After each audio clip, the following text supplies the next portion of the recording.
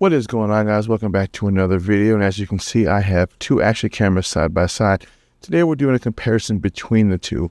One is my Action 4 from DJI, and the other is from the GoPro Hero 12. Now, I know that the 13 and the Action 5 are out, and after reading a few specs on them and watching a lot of videos, didn't really think there was enough of a benefit to me personally to buy both of those and then compare those to when the Action 4 and the GoPro Hero 12 are both capable action cameras. So in this video, everything is basically set to automatic. I'm shooting both at 4K at 24 frames. They are both in linear mode. Well, for GoPro's linear, for DJI's, this is default field of view. They are both using auto exposure, white balance, and automatic. So there's going to be no type of color grade whatsoever. So for those of you that may not know, the GoPro has a LUT that you can actually input into the video through your favorite editor and just basically just color grade it that way, as well as with DJI, but I'm not going to be doing that. We're just going to do this directly straight from the cameras itself. So I've had GoPros, which was actually the first action camera I've had, and I didn't really know much about action cameras other than the fact that I just wanted a camera to start a YouTube channel. And so I've had every GoPro from the 3 through the 9, and then I switched to Insta360, and then I went from the Insta360 1RS to the X3 to the Go to my DJI, which is the one on the left side, and that's kind of what I've been doing ever since. Now, obviously, with GoPro coming out with the Hero, the 9, the 10, which was later came out, then you had the 11, 12, and the 13. I thought it was time to go back and buy another GoPro, and just to see how far they've came along in terms of what they were before, at least when I had the 9, versus what the most current model is, obviously the 13, but 12 being similar to the 13. So I really wanted to see how far it came up in terms of when I had it to what it is now. Obviously, with the DJI Action 4, it's a little bit of minor upgrades between it versus the 5, but not enough, as I said before, for me to warrant buying a new action camera. Now, the one thing that I was hoping that they would change, and it doesn't seem as they have done it, and I don't know why, is the front screen on the GoPros is still non-touchable. Whereas on the DJI, I don't know if the 3 was available, but on the 4, if I wanted to do a quick change of the settings, whether it was to shoot a custom preset or shoot just time-lapse or something like that, I can literally just tap on the screen and then swipe to what I want. Whereas on the GoPro, I am still unable to do that. Then there is also the issue with the front-facing screens, whereas the DJI uses the entire screen. For some reason, GoPro is using kind of like, I don't want to say widescreen sense, but they're not really utilizing the entire screen. I don't see why not utilizing it would make any much of a difference, because it actually does enhance a little, so you're actually able to see a little bit more as opposed to kind of, squinting. So right now on my DJI, which is the one on the left side, and the GoPro, which is on the right side, but the DJI pretty much can see everything in focus. It's like it shows everything. With the GoPro, it's a little bit harder. I can't really see in terms of what is around in my surrounding unless I go really up on it or have it really close up. Now, again, obviously these are action cameras, but they're all basically designed to do the same thing. And yes, you can use these as vlogging cameras, as I've mentioned in previous videos before, and have used these as vlogging cameras.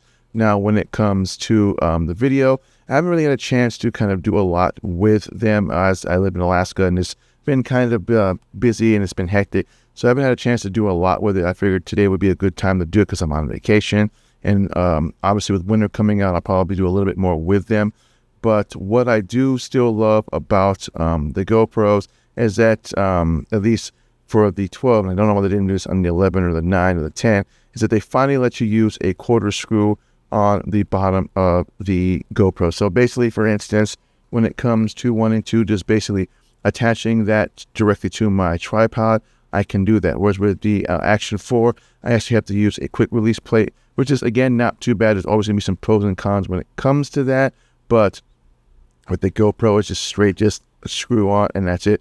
With my Action 4, I have to use a quick release and then attach the camera to that and then do that. It's not a big pain. I actually kind of like the quick releases because it makes it much easier.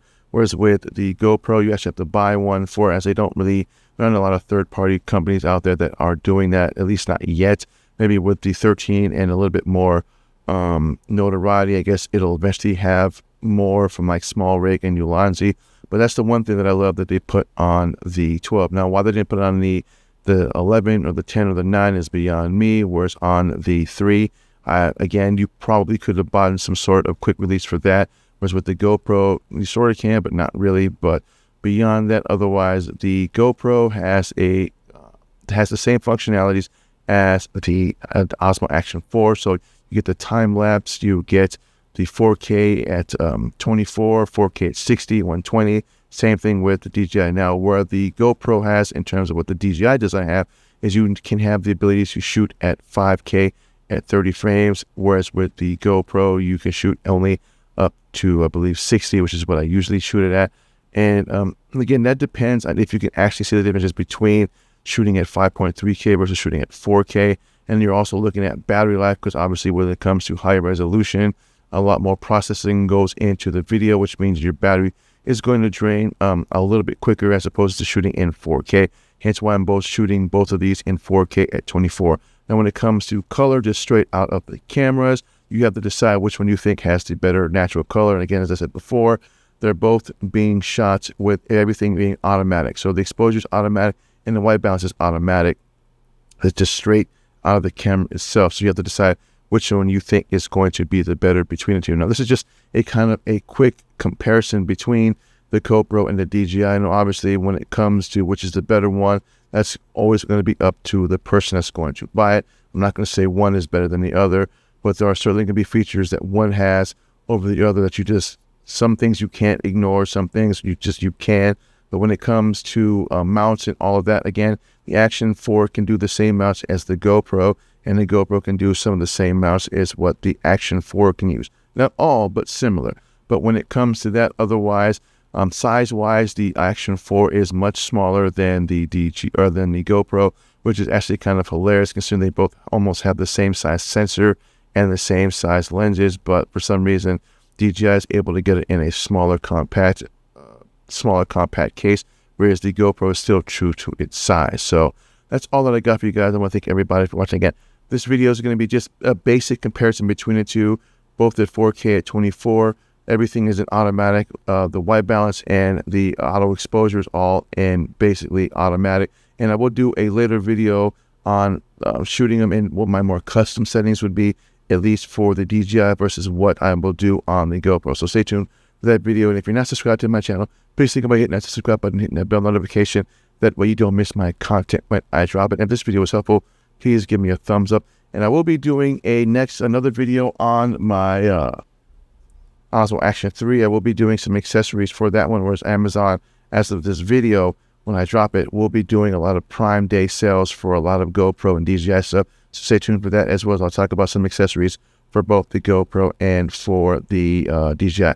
So I want to thank everybody for watching. And again, my name is Black Appeal, the Tech Guy. I'll see you guys in the next video. Enjoy your week.